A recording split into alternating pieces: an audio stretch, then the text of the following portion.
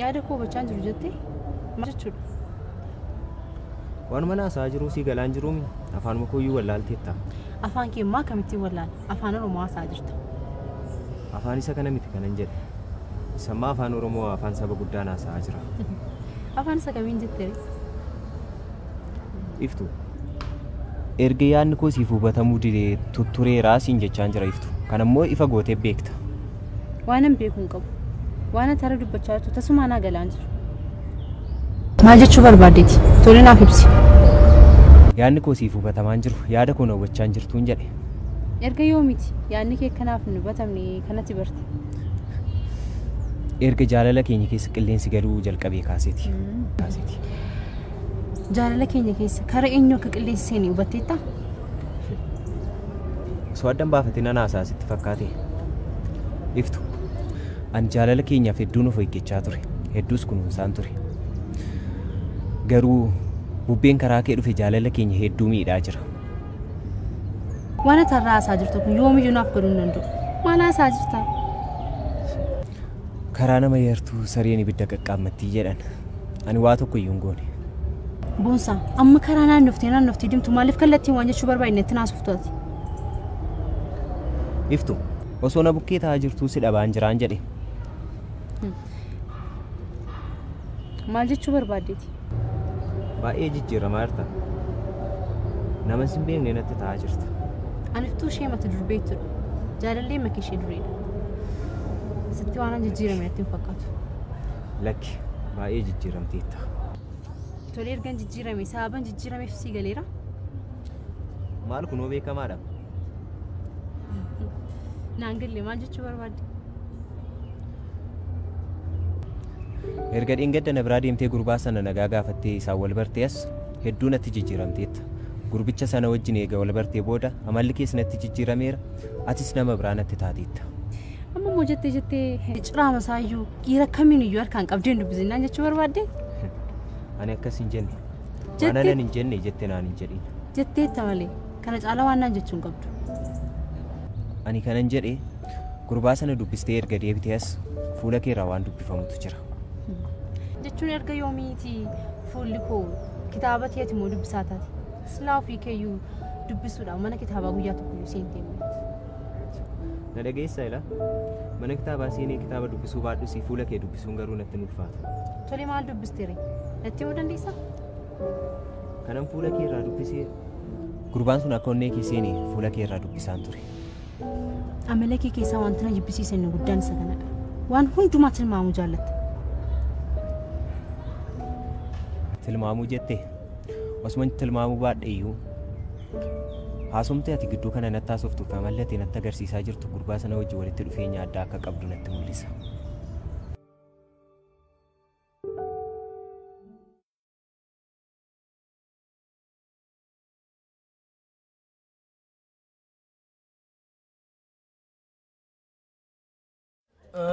warra suuqii saanduuqiin jira mee qabee natti himaa. Rikoo ishee. Maanni handaaqoo jimmitim kan naalaata maanni. Maal jechuudha? Tole hanqaquu yoo na biraate yoo. Rikuudhaan. Innis moo baay'een gadde waaqi bara akkas jireenyi mi'a keessa na fiddaa biyya lafaa kanaan maalin si godha tole nyaama. Dafee haqa qabu. Miyaa'eera garaan kos kunuu beelaan dhumuuf waan ta'eef dafee haqa qabu. Deebi'een dhufana nan dhufa. Walitti dhufeenya yoon qabaadhes maal rakkoo qaba? Nan jaaladhe siin jedhisitti mee beekaa? Nan jaaladhe jechuu baattus jaalatteetta. Maal jechuu keetti naaf hin galle? Yeroo hundumaa na bira dhuftee cimina isaa natti haasofta. Cimina isaa kana naasoof dadhabina isaa waan an dhabeefdha. Malees laa dadhabina isaa utuun argeera ta'eetis laa sun dhufsuun ture. Kanaaf yeroo hundumaa gaarummaa isaa malee dadhabina isaa kana sitti naasofniif. Utuu siif galateeti irraa barachuu qabda turte. Garuu ati irraa barachuudhaaf qophaa'aa miti. Ani immoo cimina dhiira biraa na bira teessee akkanatti haasoftu hin barbaadu. Ilaan masara deebi'eessitti qabuun baay'ee nama addaadha. Amalatti qabduuf amalli qabuun qabu tasuma waan waliin ilaallatu miti. Amalli koo maaltu kan isaati gadi ta'e? Waan hundumaan iyyuu isaan gadidha. Waan hundumaa.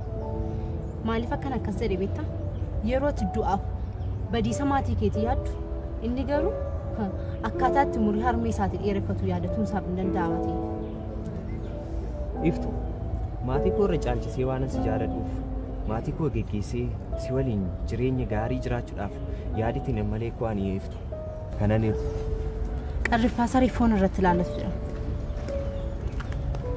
maal jechuu barbaadde naan jettee akkana boonsan dhageessaa kan maatii keetiif jaalalaaf kabajan qaban yoomiyyuu iftuudhaaf jaalalan kenna jettee nabdatiin yoomiyyuu gurbaan qaboo jedhamu sunoo innoo jaalala sii kennuu danda'a kan saammaa dhiisi kan saammaan dubbatamu silaa waa'ee jaalalaa dhiisi jaalaleen harmee isaaf qabuyyuu baay'ee nama naafsisa.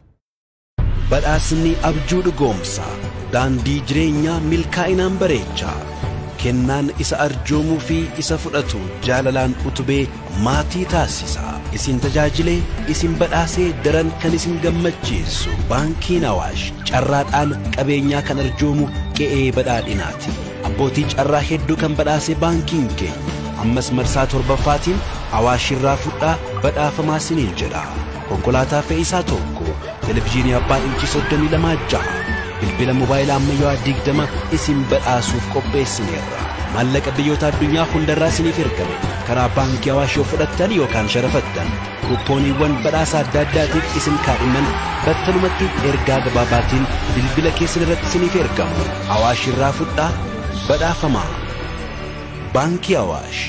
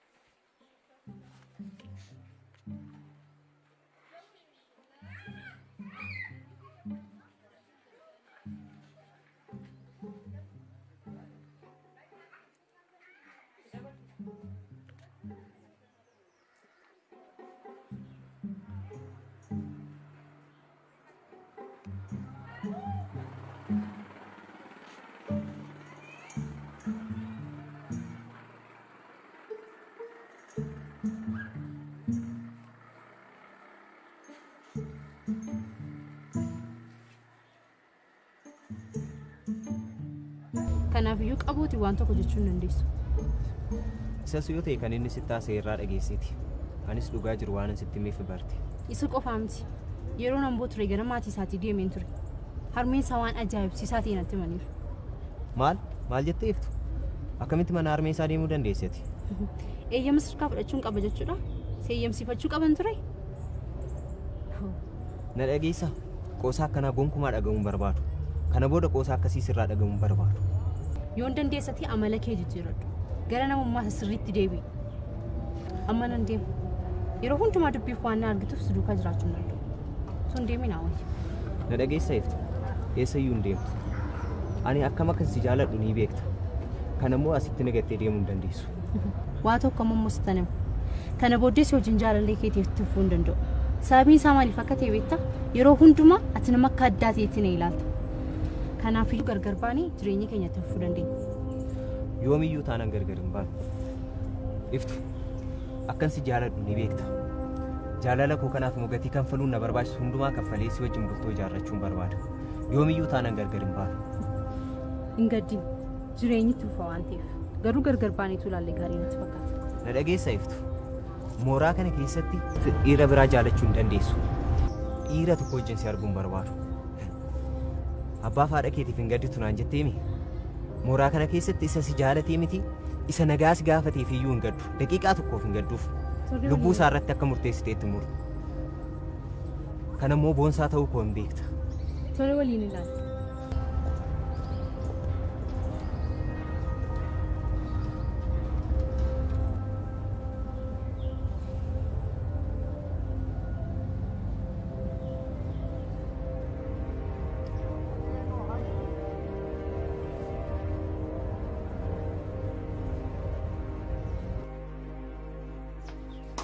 Rajin amaran afaan fiyyuun ulfaata kana dubbachuun maal jedhin todha. Nagaa oltanii haadha shuumaan jettooti raajii dursuur. Waan an dhagee dhufeemu. Maal immoo dhageena. Mee jedhime maal immoo laata? Gurra kun na dhiige oduchaan irraa gurra muku kanatu na dhiige. Akka dhiignaaf jirbiitti cuqqaaliitii natti mi waan fidde maalidha? Maaliin oduun ammoo mee jedhime? Arraba koo fin ulfaataa. Attam goonu irratti biti natti himta arrabatoo sitti ulfaata natti murufte biti? Attamidha gattam godhure natti mime maaltu dhalate isa durii caalaa? Maaliin oduun? Ani isa dhageessa dhufeef iyyuu ani gurra dhukkubaara. Dubbachuu isaa immoo akkatti namatti ulfaatu. Anan aarsiin hin dubbata taanaan dubbadhu. Hin dubbatu taanaan haadha oduu keetti dhaqi deebi. Been. Baay'een gadda garu. Jedhime hin gaddinii jedhime. Hin gaddin gammachuutti ulfaata. Arrabatti ulfaata. Hin dubbatu taanaan been irraa ba'i. Been ofii yaadan kuusa taa'ee kana dhageessisuu fi laata daa. Mee jedhime. Anoo erga bariitii asuma taa'een yaada koo kuusa. Maal immoo fidee dhufa laata gurbaan kun jedhe. Ati arrabatti natti ulfaata gurratti na dhiigaa. Si kabalte moo? Wai raajiidha. Natti himtu taanaan darraa ba'i. Beenuu ba'i. San dhageessuma dhageessanii asuma utaaltanii kaatu. Utuu hin dhaga'inuu na kofalchiisa dubbiin kee. Raajii yattu raajii. Raajii yattee? Raajii jedhee jettee si ergite? Ataraqee? Moo kotee cabee? Kan sheetuun ta'in kan kenna dhibaa jiran man. Haaluma keetu na dhibaa jira. Ani waan akkasii adeem beekuu yaannes raajiidhaan dhagoo kottiyyuu. Taa'imeen kofalla. Raajii dhiisime. Dubbichi waa yoona waan nama kofalchiisu ta'a waa malee dubbachuun sodaanneeti. Maaltu ta'ee? Hin kuftee laata? Miidhaa maaliitirra ga'ee? Daboona waan mattee? Kanaaf raajii ta'u. Sinitti muufi nama oduu jaallatee na gootu sin. Exxanii wajjin na olarsiistu. Akka sinitti hin himneef. Kanaaf hin dubbadhu. Raajii waan ta'eef. Raajii nama dhibaa. Atoo abbaa oduu miti dubbadhu mee abbaa garaadha malee. Dubbadhu. Anoon dubbadhu. Nama dubbi jaallatu nama odeessu jaallatu na gootu. Atoo oduun jaallattu. Utuu yoon iyyeeyyuu dhagoo danda'u. Maayii tareessuu tarii irratti bika haala keessu gabarsi gootu. Raajiidha wantichi namatti hin dubbata. Amma baata moo baata? Baata moo baata raajii kee fudhatte? Sinitti muuree. Mee natti mime? Hin himtanii. Hin himu. Laatti hin himtanii. Hin himu. Waadaanaaf gala. Waadaadha kun oola. Ani hin himu. Ela.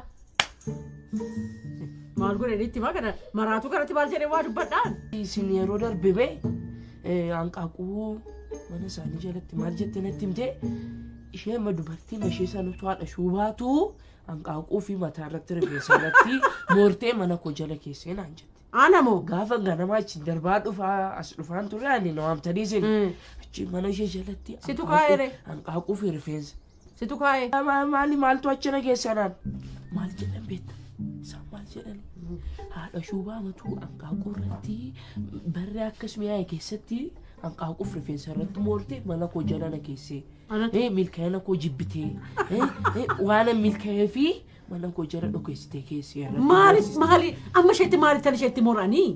Maal milkooftee? Natti mime. Inni natti sabiti kan natti hin iyyin jedhin maal isheetti moran? Moofaa carqii mormatti marattee mandara haraqee soboraa ooltu kana maal isheetti moran? Waadaanaaf galtaniittu. Fayyaan qabdu wayyaan qabdu. Maal isheetti moraafanii ani haadha shuumaatu natti more. Isheedhaaf hin kadhadha malee ani haadha shuumaa hanqaaquchi immoo amma inni gahu. Hin nyaattu fuutee wal bakkee kaa'u ishee.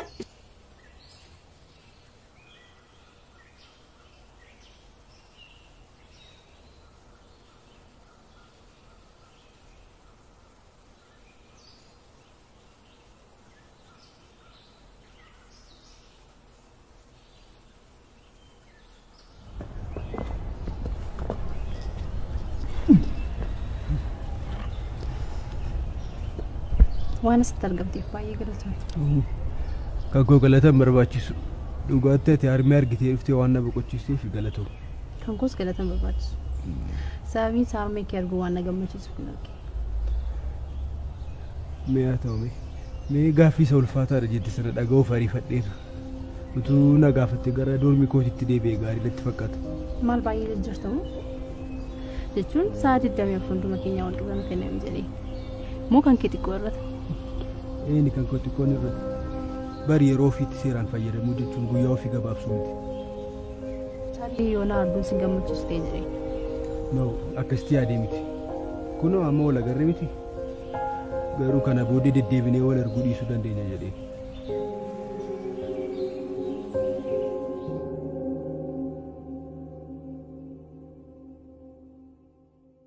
badhaasni abjuu dhugoom